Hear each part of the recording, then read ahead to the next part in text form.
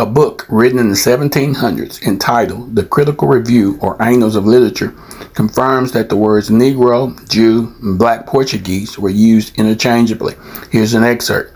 King John II in 1492 expelled all the Jews to the island of St. Thomas, which had been discovered in 1471, and to other Portuguese settlements in the continent of Africa. And from these banished Jews, the Black Portuguese, as they are called, and the Jews in Loango, who are despised even by the very Negroes, are descended.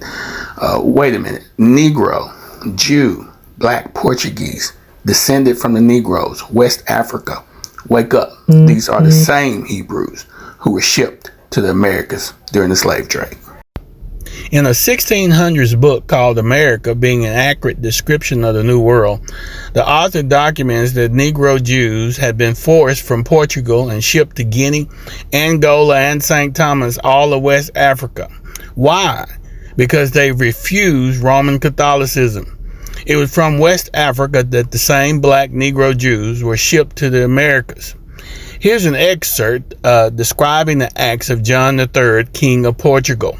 For he sent new inhabitants who settled in Guinea, next in Angola, and lastly on the island St. Thomas, that so they might be better used to the air. That the said king sold all those Jews for slaves that refused to embrace the Roman religion, and caused their children to be baptized, from whom coming thither in great number, most of the present inhabitants were descended. Wake up. In a 1969 memorandum for the president, Henry A. Kissinger, the National Security Advisor, quotes, "The Igbos are the wandering Jews of West Africa, that gifted, aggressive, westernized, and at best envied and resented, but mostly despised by the mass of their neighbors in the Federation." On January 2022 of this year, the Jewish rabbinate of the Obadiah Alliance have declared that the Igbos of Nigeria are descendants of ancient Israelites. According to them, the presence of Israelites along the Niger River had been known by Jewish authorities in the United Kingdom and other European nations for a while. And they support the idea that there was contact between European Jewish communities and the Igbo Israelites. All of the correspondence from the aforementioned rabbinic authorities addressed the Igbos as the brethren of the children of Israel. Accordingly, there is no doubt of their origins. Transatlantic slave ship manifests were filled with Igbo Israelites. An 1800s book entitled A Tribute to the Negro by Wilson Armstead reads as follows. A remarkable fact in the history of Loango in the Empire of Congo is that the country, according to a statement which was fully credited by Oldthorpe, himself a writer of most correct judgment and of unimpeachable veracity, contains many Jews settled in it who retain their rights, which keeps them isolated from other nations. Though thus separate from the African population, they are black and resemble the other Negroes in every respect as to physical appearance. It is probably an allusion to this case that Pennington in his textbook says the descendants of a colony of Jews originally from Judea settled on the coast of Africa are black. Their teeth are generally good, their hair is woolly. The Portuguese who planted themselves on the coast of Africa a few centuries ago have been succeeded by descendants blacker than many Africans.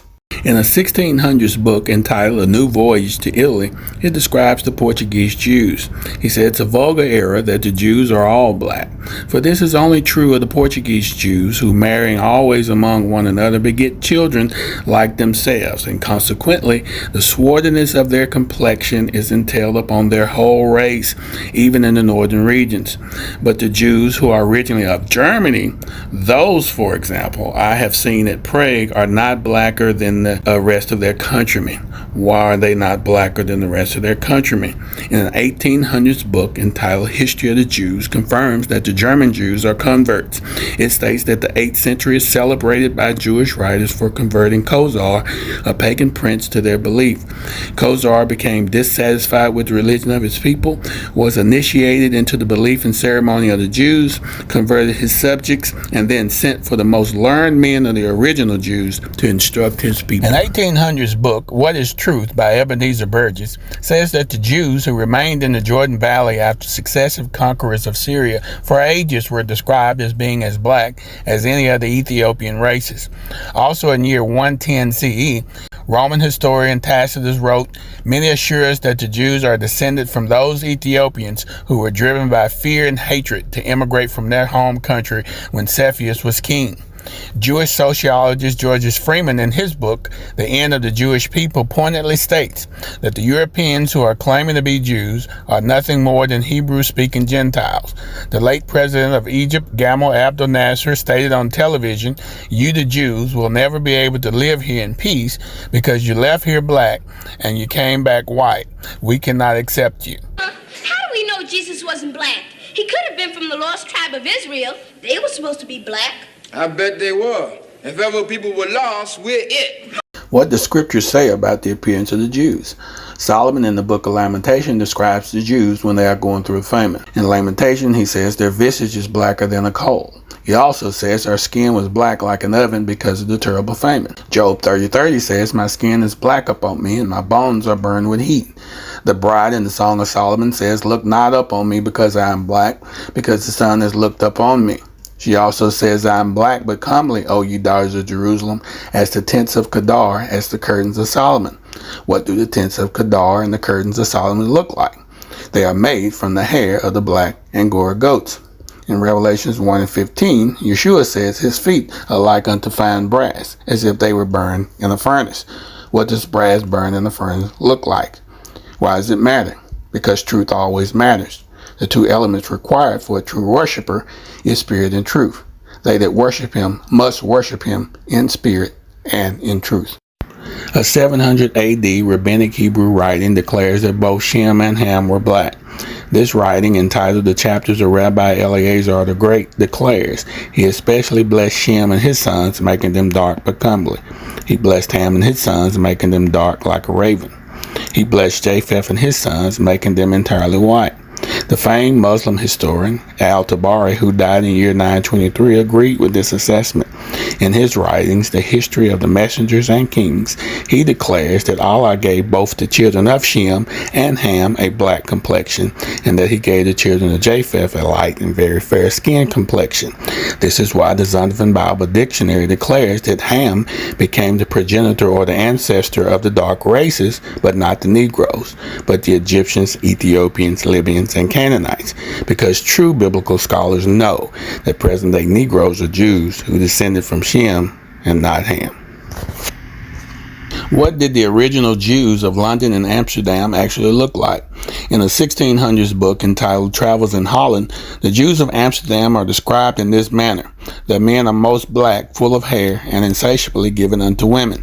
In a 1700s book by John Mackey, a man of London, England, named Daniel, Earl of Nottingham, who happened to be the Secretary of State, is described as a tall, thin, very black man, like a Spaniard or a Jew. In an 1800s book by Robert Knox, the London Jew is described as having lips very full, mouth projecting, chin small, and the whole physiognomy, when swarthy, as it often is, has an African look.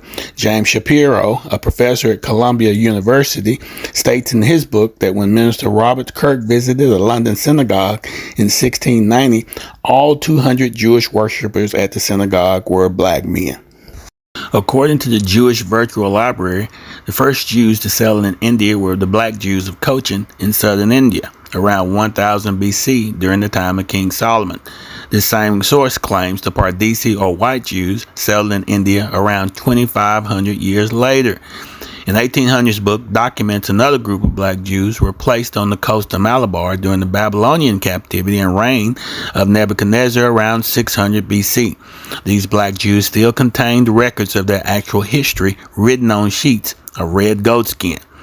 The Jewish Virtual Library goes on to say the black Cochin Jewish community was completely destroyed during the Portuguese conquest in 1523 during the Spanish and Portuguese Inquisition.